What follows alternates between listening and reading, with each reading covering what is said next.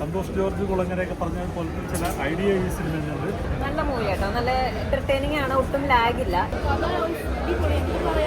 ഈ പാട്ടും എല്ലാം ഒരുപോലെ കൂട്ടാൻ നേർത്ത ശരിക്കും നല്ല കഥ. എനിക്ക് വിശ്വസിക്കാൻ പറ്റില്ല, ഇങ്ങനെ കണ്ടിട്ട് എനിക്ക് ഭയങ്കര ഇൻട്രസ്റ്റ് ഉണ്ടായിരുന്നു.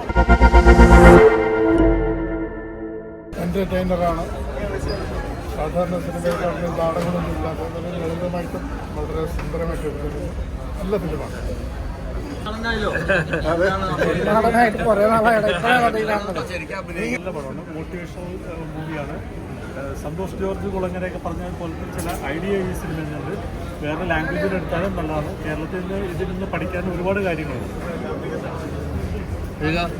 ക്ലീൻ സിനിമ, ഫാമിലിക്ക് കാണാവുന്ന സിനിമ. സാറേ സാറേ പടം നന്നായിട്ടുണ്ട്. നല്ല സ്ക്രിപ്റ്റും നല്ല ഡയറക്ഷനും നന്നായിട്ട് എല്ലാവരും അഭിനയിച്ചിട്ടുണ്ട്. സാറേ നല്ല സ്റ്റോറി, നല്ല പാട്ടുകളുണ്ട്.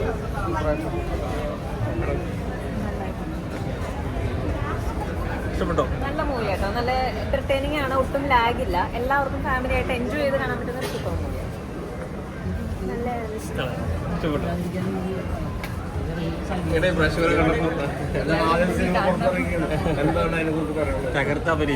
ഹാപ്പിയാണ്. എല്ലാവരും മൂവി കണ്ട് സപ്പോർട്ട് ചെയ്യണം. എന്തായാലും എല്ലാവർക്കും ഈ സിനിമ ഇഷ്ടപ്പെടും. കാരണം നമ്മളൊരു മ്യൂസിക്കൽ എന്റർടൈൻമെന്റ് മൂവിയാണ്. എന്നെ നേത ചേച്ചിനെ പിന്നെ ബാക്കി ഇവിടെ അഭിനയിച്ചിരുന്ന ക്രൂ മെമ്പേഴ്സിനെ സപ്പോർട്ട് ചെയ്യണം.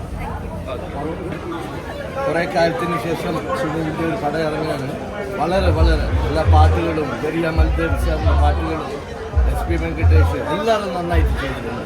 എല്ലാ ആക്ടേഴ്സും വളരെ കാലത്തിന് ശേഷം കണ്ടത്. Thank you. സിനിമ ഉണ്ടോ? എങ്ങനെയുണ്ട്? ഭയങ്കര നല്ലതായിരുന്നു. എനിക്ക് ഭയങ്കര ഇൻട്രസ്റ്റ് ഉണ്ടായിരുന്നു. കഥ അടിപൊളി. എനിക്ക് പറയാം, ഈ പാട്ടും എല്ലാം ഒരുപോലെ കൂട്ടാൻ നേർത്ത ശരിക്കും നല്ല കഥ. എനിക്ക് വിശ്വസിക്കാൻ പറ്റില്ല, ഇങ്ങനെ കണ്ടിട്ട് എനിക്ക് ഭയങ്കര ഇൻട്രസ്റ്റ് ഉണ്ടായിരുന്നു. അടിപൊളിയായിരുന്നു.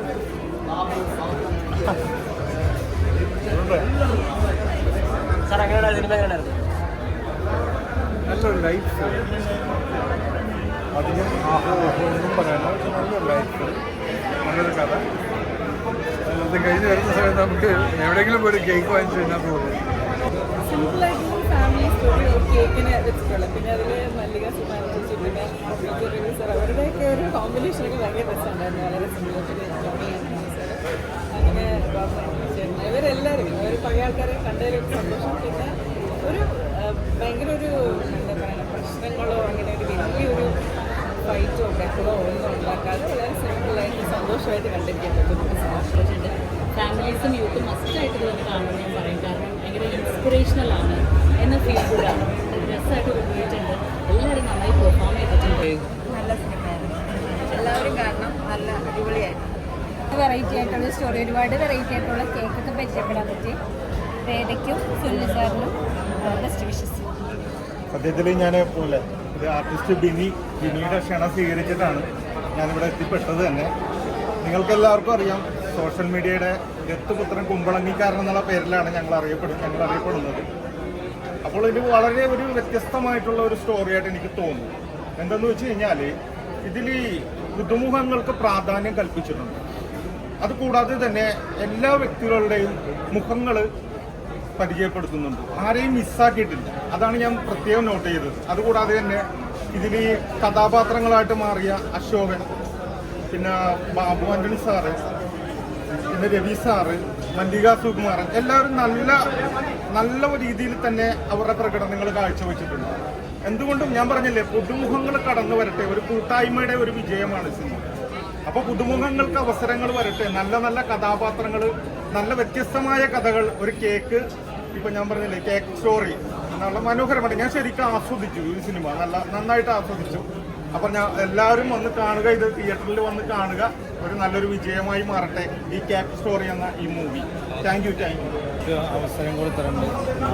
എടുത്തൊരു സംവിധായകൻ അദ്ദേഹം കുറേ നാളുകൾക്ക് ശേഷം ഒരു പുതുമുഖമായിട്ട് ഒരുപാട് പുതുമുഖങ്ങൾക്ക് അവസരം കൊടുത്തിരിക്കുന്ന ഈ ചിത്രം ഒരു വ്യത്യസ്തമായിട്ട് നല്ലൊരു കേക്ക് കഴിച്ച ഫീൽ ചെയ്യുന്നു.